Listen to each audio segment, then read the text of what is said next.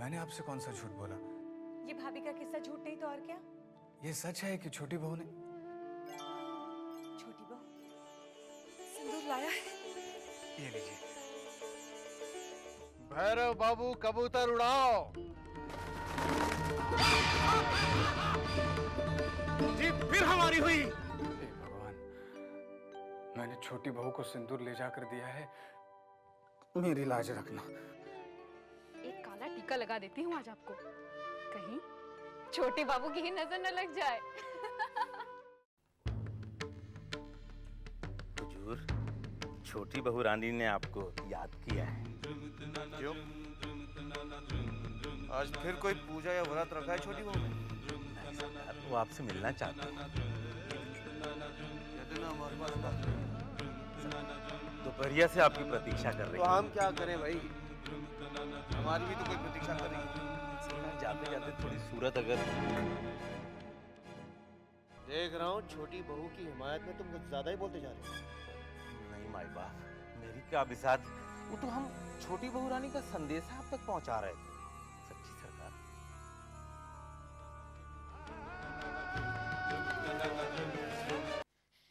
छोटी बहू रानी, बंसी भैया छोटे बाबू को लेकर आ रहे हैं।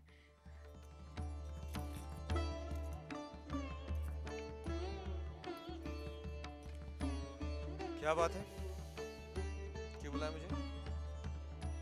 कई दिनों से आपको देखा नहीं था, बहुत इच्छा हो रही थी देखने की, सो बुला लिया। देख लिया, अब हम जाएं? आप हमारी तरफ देखेंगे भी नहीं।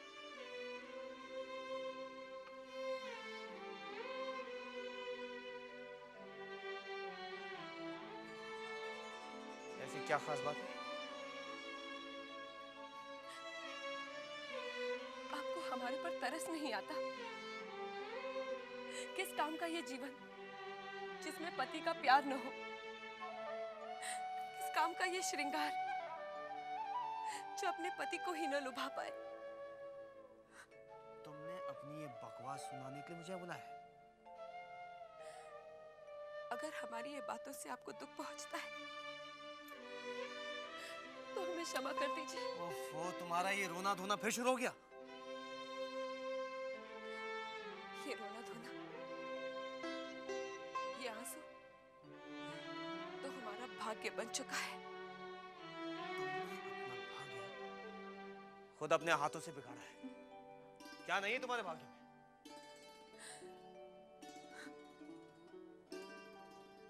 पति का प्यार। फिर शुरू कर दी अपनी बकवास। तुम बदलती क्यों नहीं? आप भी तो नहीं बदलते। मुझे बदलने की कोशिश भी मत करना। बड़ी बहू और मझली बहू की तरह खुश रहना सीखो तुम।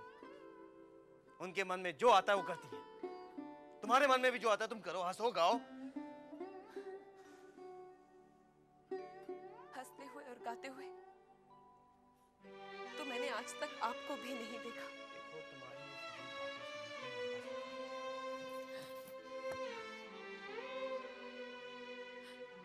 आज अगर आप वहां न जाए तो क्या मतलब है? सिर्फ इतना, आज अगर मेरे पास रह जाए। तुम चाहती क्या? तुम्हारा दामन पकड़ के बैठा रहो? तुमने हवेली के मर्दों को समझ क्या रखा? वो इतने निकम्मे हो गए हैं कि वो अपनी बीवी के आंचल के पीछे मुंह छुपा कर बैठे रहेंगे।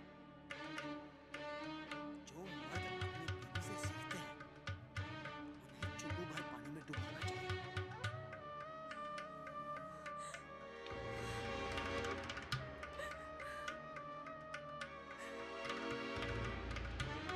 रानी का क्या होगा भैया? धीरे धीरे सब ठीक हो जाएगा।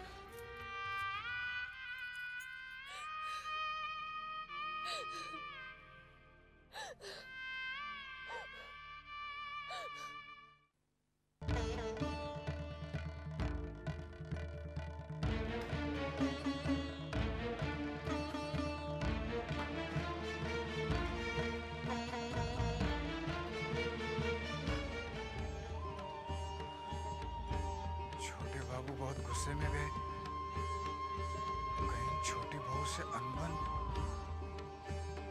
अरे साले साहब, आप यहाँ? आपको फौरन बुलाया है। किसने? मास्टर जी ने कहा है कि मेरे साले साहब जहाँ भी हो उन्हें जल्दी भेज दो। आप फौरन चले जाइए, मैं चलता हूँ, मुझे बहुत काम है।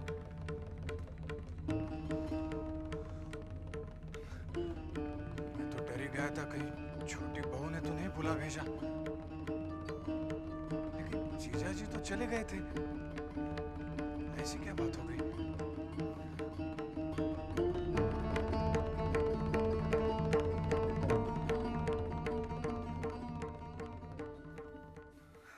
क्या बात है जीजा जी, आप तो चले गए थे, फिर क्या? हाँ, मुझे 1 रुपया दीजिए भाई साहब, मेरे पास एक भी पैसा नहीं है। 1 रुपया? 3 रुपए है मेरे पास। मगर जीजा जी, कल ही तो हवेली से आपको तनख्वाह मिली थी ना? हाँ, लेकिन कल मैं बारनगर गया था, आश्रम, अपने गुरु भाइयों के पास। हाँ तो? जब मैं वहां पहुंचा तो मैंने देखा कि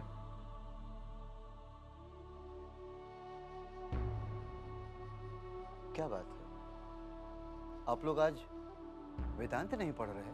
मास्टर जी, मुंह से वाणी तो तभी निकलेगी जब पेट में अन्न पहुंचे। सिर्फ वेदांत पढ़ने से तो पेट नहीं भरने वाला। क्या कह रहे हैं आप लोगों ने भोजन नहीं किया? पैसे होंगे तो भोजन का प्रबंध होगा ना मास्टर जी। 2 दिनों से सिर्फ पानी ही पेट में पहुंचा है, अन्न का एक दाना भी नहीं गया।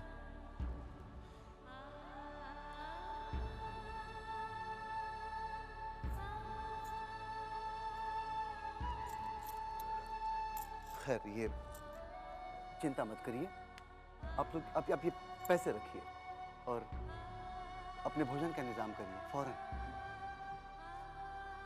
वैसे खबर आई है कि नरेन भी 2-1 दिन में देश में लौटने वाले हैं। उनके आते ही आप लोगों की सारी परेशानियां खत्म हो जाएंगी। आप ही बताइए भाई साहब, मैं और क्या करता हूँ? तो आप अपने महीने की पूरी तनख्वाह आश्रम दे आए। तभी तो आपसे 1 रुपया लिए हैं मैंने। जीजा जी, पूरा महीना पड़ा है।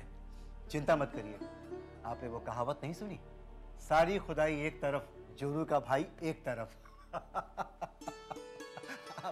आपको फाका नहीं करने दूंगा। नहीं, ऐसी बात नहीं है। अच्छा जीजा जी, आपने अभी नरेन का जिक्र किया था, ये कौन है? नरेन यानी विवेकानंद। गुरु परमहंस देव कहा करते थे कि नरेन एक दिन सारी पृथ्वी को हिला के रख देगा। गजब का तेज है उस आदमी में। अमेरिका में उसने भूकंप मचा दिया है, सारे अंग्रेज उसके तेवर से हक्का बक्का है। भला ऐसा क्या किया उन्होंने? उसने लोगों की समझ को आजादी की रोशनी दी है, समझाया है कि गुलामी बुरी चीज है। अपने मद्रास के भाषण में उसने जो कहा, उससे लोगों में क्रांति की लहर पैदा हो गई है। अच्छा, मैं चलता हूँ। और हाँ भाई साहब, परसों दोपहर को आप सियालदह स्टेशन आ जाइएगा। क्यों? अरे, विवेकानंद आ रहे हैं, उनके स्वागत की तैयारी में जुटना है कि नहीं? हाँ? भूलिएगा नहीं, परसों दोपहर को 2 बजे। और हाँ, इस बीच 2 दिन शायद मैं नहीं आ पाऊँ। क्यों? बस यहीं जरा व्यस्त रहूंगा। चलता हूँ। सियालदह स्टेशन दोपहर को 2 बजे।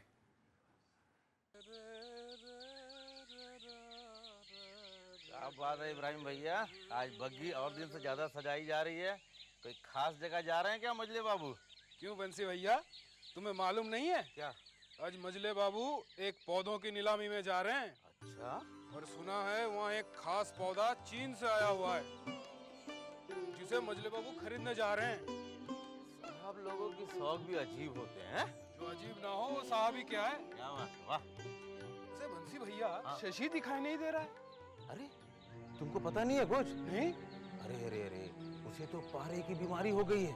अरे अल्लाह रहम करे, ये तो छूत की बीमारी है। हाँ भैया, तुम जरा उससे बच के ही रहना। हमको तो बेचारे की बहुत फिक्र है, कहीं नन्हे बाबू उसको नौकरी से निकाल ना दे। अरे, चले भैया, हम चले, हमको बहुत काम है। चिंता को तो कौनो बात की चिंता होती नहीं है, सारा काम हमें को करे को पड़ता है। हम चलते हैं।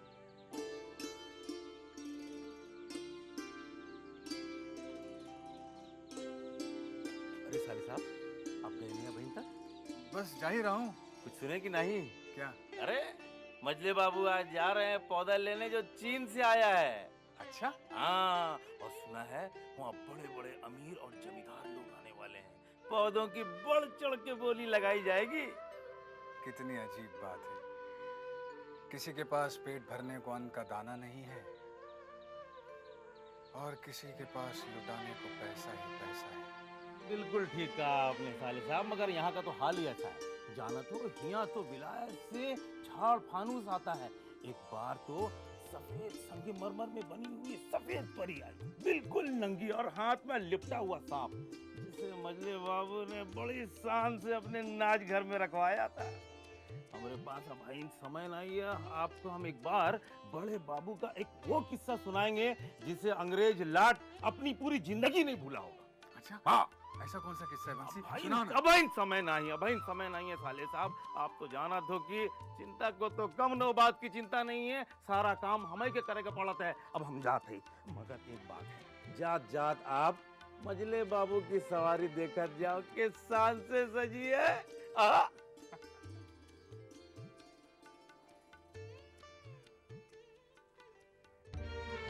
सरकार, जी सरकार। रुपए पैसे सब रख लिए हैं ना? चीन के उस खास पौधे को आज हम लेकर ही लौटेंगे। थैलियां भर ली हैं सरकार। आज मजले बाबू की इज्जत का सवाल है। सुना है वो छेनी जाता रहा। आपका दुश्मन किसकी बात कर रहे हैं सरकार? भला वो भिखारी हमारे मजले बाबू का क्या मुकाबला करे?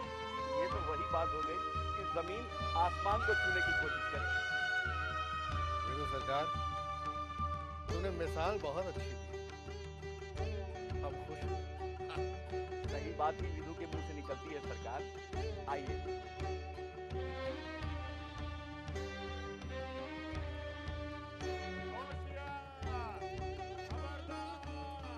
मजले बाबू की पत्नी निकलने वाली है।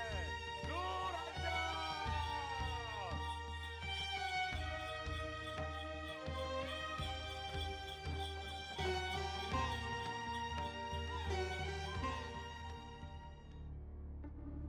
मजले बाबू, छिंदत तो पहुंच चुका है। घबराइए नहीं भैरव बाबू, उसने हमसे हमेशा मात ही खाई है। आज भी उसे पौधा नहीं मात ही मिलेगी। सरकार, मजले बाबू आ गए हैं।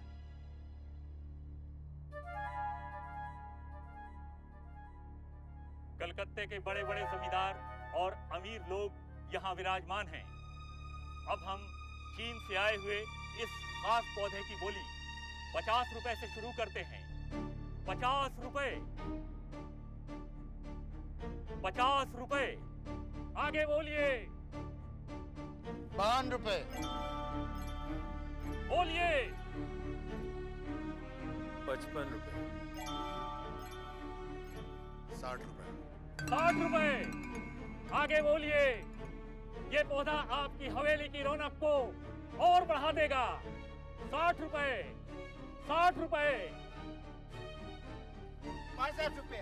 62 रुपए। जी हाँ, 62 रुपए। आगे बोलिए। 62 रुपए। 62 रुपए। 70 रुपए। 70 रुपए।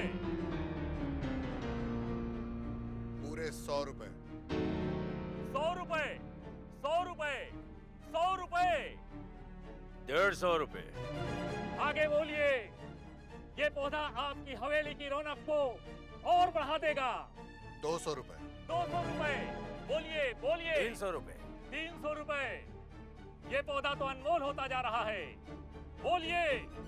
300 रुपए। 300 रुपए एक। 300 रुपए दो। 500 रुपए। 500 रुपए। अब बोली पौधे की नहीं, आन की लगाई जा रही है। 500 रुपए। बोलिए। बोलिए भी मत बढ़ाइए। क्यों? इतना पैसा है नहीं और यह अभी अदा करना पड़ेगा। 500 रुपए एक। 500 रुपए दो। और 500 रुपए तीन।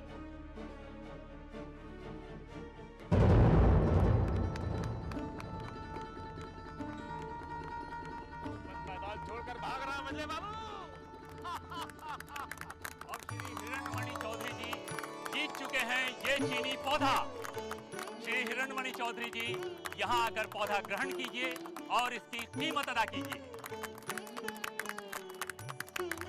खबरदार, मजले बाबू की सवारी आ रही है।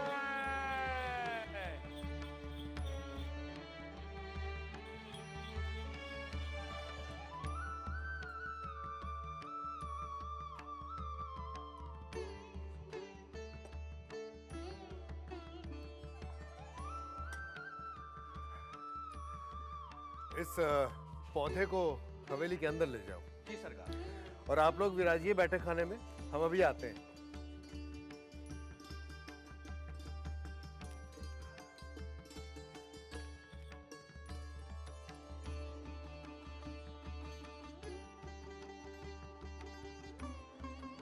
मछली बहू, मछली बहू,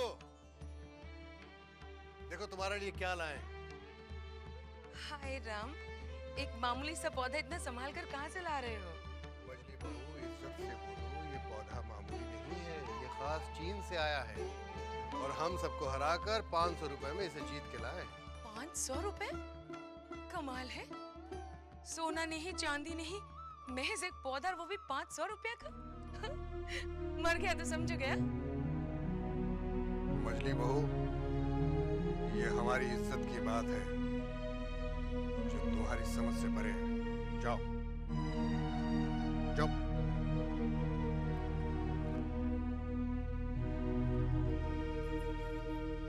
सरकार, आपकी इज्जत पर कभी आज भी आ सकती है भला? शेनी दत्त को पता ही नहीं कि वो बाबूगिरी किसे दिखाने चला था। ऐसा दुम दबाकर भागा कि पलट कर देखा भी नहीं। अरे उसकी ऐसी औकात कहाँ जो हमारे सामने खड़ा रह सके। छोटी बहू रानी, क्या आपको पता चला? किस बात का? यही कि मजले बाबू एक छीन का पौधा लेकर आए हैं। तो इसमें इतना आश्चर्य की क्या बात है? आश्चर्य की बात ये नहीं कि वो पौधा लेकर आए हैं, आश्चर्य की बात तो ये है कि वो पौधा 500 रुपए का खरीद के लेके आए हैं। क्या? 500 रुपए का? हाँ, उस पौधे के लिए बड़े बड़े लोग बड़ी बड़ी बोली लगा रहे थे। मजले बाबू ने सबसे बड़ी बोली लगा के वो पौधा जीत लिया। ऐसा क्या करामाती पौधा है ये?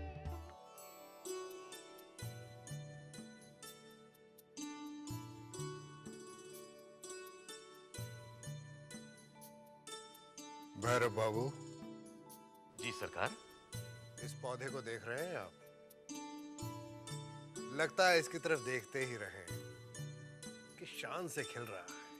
इसकी शान तो आपकी हवेली में आकर खिली है मजले बाबू। क्यों? सही कहा आपने। सरकार, लाट साहब का अर्दली आया है। आपके पौधे की खबर उनके कानों तक पहुंच चुकी है। उन्होंने कहलवा भेजा है, शाम को वो पौधा देखने के लिए हवेली में तशरीफ ला रहे हैं। क्या कहा? लाट साहब खुद हमारी हवेली में तशरीफ लाएंगे? ये हमारे लिए बड़े गर्व की बात है। उनका यहां आना कोई मजाक नहीं है। विदु सरकार। जी सरकार। लाट साहब के स्वागत में कोई कमी नहीं आनी चाहिए। जी। हवेली की साफ सफाई करवाई जाए, कुछ खास किस्म के पकवान बनवाए जाए